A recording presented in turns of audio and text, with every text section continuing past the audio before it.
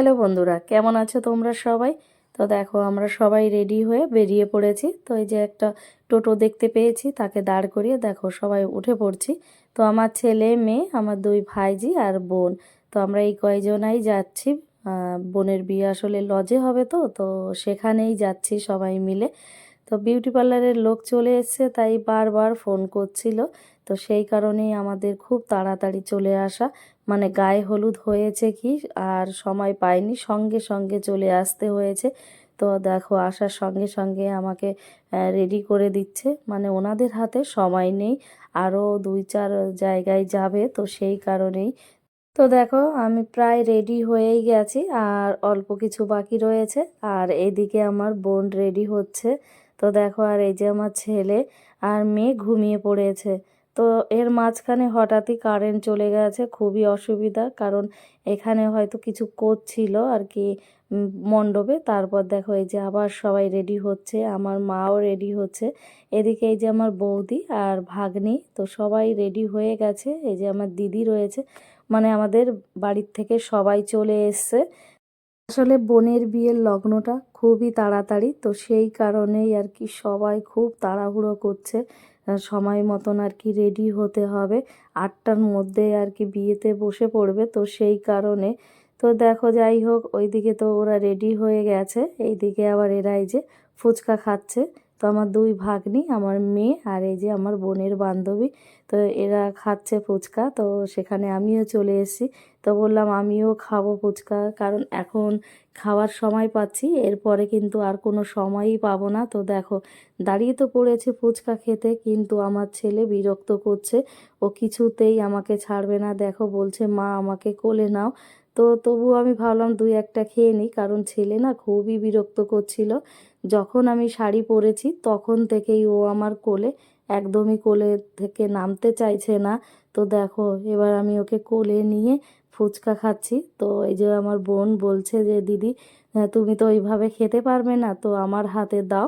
তো দেখো ও পাতাটা ধরে দাঁড়িয়ে আছে, আর আমি ফুচকা খাচ্ছি। তো দেখো খাওয়ার কতটা আগ্রহ, যে কোলে করে নিয়ে খাচ্ছি। কি করব বলো, বিয়ে বাড়ির ফুচকা, আর ফুচকা দেখলে তো সবারই মন চায় খেতে, সে যেই হোক না কেন। তো এই যে আমি কটা খেয়ে নিচ্ছি ফুচকা, আর ছেলে দেখো মুখটা, খুবই রেগে আছে আমার ছেলে, নামতেই চাইছে না কোল থেকে। ওর পাপা আসেনি তো বিয়েতে, তো এই কারণেই ওর খুব খারাপ লাগছে। কার কোলে উঠবে, তো কাউকেও সেইভাবে খুঁজে পাচ্ছে না, আর বিয়ে বাড়িতে এত ভিড়, এত লোকজন, তো ও না ঠিক মতন আর কি বুঝতে পারছিল না। তো সেই কারণেই ও আমাকে একদমই ছাড়তে চায়নি। তো সারাক্ষণ আর কি আমি নিয়ে ওকে ঘুরে বেড়িয়েছি। মেয়ে তো বড় হয়ে গেছে, ও তো বোঝে, ও আর অতটা ঝামেলা করেনি, ওর মতন ও ঘুরে বেড়িয়েছে। তো দেখো এই যে আবার এখানে চলে এসেছে কফি খেতে।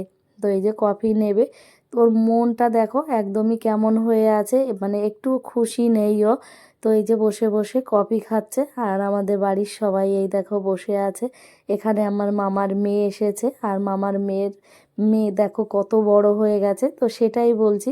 আসলে এদের সঙ্গে অনেক বছর পর দেখা হয়েছে, তো তাই। তো এখানে এই যে সবাই পকোড়া খাচ্ছে। আর এখানে দেখো আমরা সবাই আছি, ইনি হলেন আমাদের স্কুলের ম্যাডাম। তো আমরা সবাই ওনার কাছে পড়েছি, তো সেই কারণে আমরা ভীষণ খুশি হয়েছি। এই যে আমার দিদি সব থেকে পুরনো স্টুডেন্ট, আর এই যে দিদির মেয়েরা, মানে দিদির মেয়েরাও পড়েছে এই ম্যামের কাছে, তো সেই কারণে সবাই খুব খুশি হয়েছে। তো সবাই দাঁড়িয়ে পড়েছে আর খুব গল্প করছে। তো দেখো যে পাচ্ছে সবাই প্রণাম করে নিচ্ছে ম্যামকে দেখে, আসলে অনেক বছর পর দেখা, তো সেই কারণেই সবার খুব আনন্দ হচ্ছে। তো তার মাঝখানেই দেখো সবাই একটু ফটো তুলে নিচ্ছে আর কি স্মৃতি হিসাবে। তো দেখো এই যে তারপরে আমার একটা ভাগ্নি এসছে, তো আমার মায়ের সঙ্গে কথা বলছে। আর এখানে এই যে আমরা সবাই রয়েছি রুমের মধ্যে, তো সবাই ভীষণ গল্প করছে। দেখো যে যার মতন সব ব্যস্ত রয়েছে, খুব গল্প করছে। আর বিয়ে বাড়ি মানেই হচ্ছে গল্প, আনন্দ, এই সমস্ত কিছু, কারণ অনেক দিন পর পর সবার সঙ্গে দেখা হয়। তো সেই কারণেই আর কি সবাই আরো ভীষণ খুশি হয়। তো এই যে আমার একটা দিদি, তো সেই দিদি এসছে, তো এখন এই যে গিফটটা বের করে মায়ের হাতে আর কি দিচ্ছে। তো তো মা বলল, এই দেখো মা নিয়ে আর কি বোনের হাতে তুলে দিল।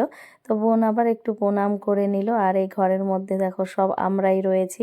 তো ওই দিদি এই যে আমার বোনের ছেলেকে কোলে নিয়েছে, আর সবাই যার যার মতে সব গল্প করছে দাঁড়িয়ে।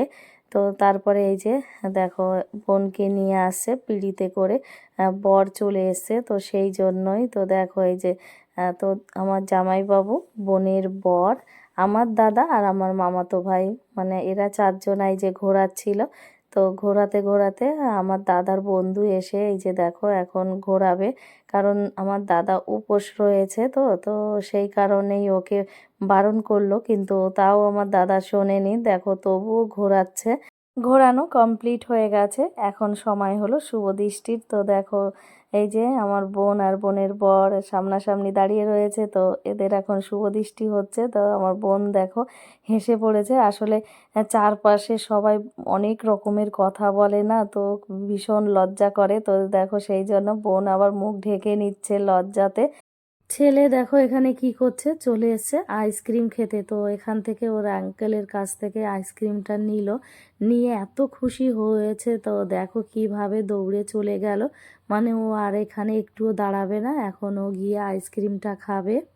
মানে আমার দিদি, জামাইবাবু আর দুই মেয়ে, আর এই যে আমার দুজন ভাইজি আর এই যে বৌদি, তো সবাই রয়েছে, বসে পড়েছে যার যখন আর কি সময় হচ্ছে। এখানে এই যে আমার দিদিরা, কারণ এরাও বাড়ি যাবে, তো সবাই আর কি ব্যস্ত।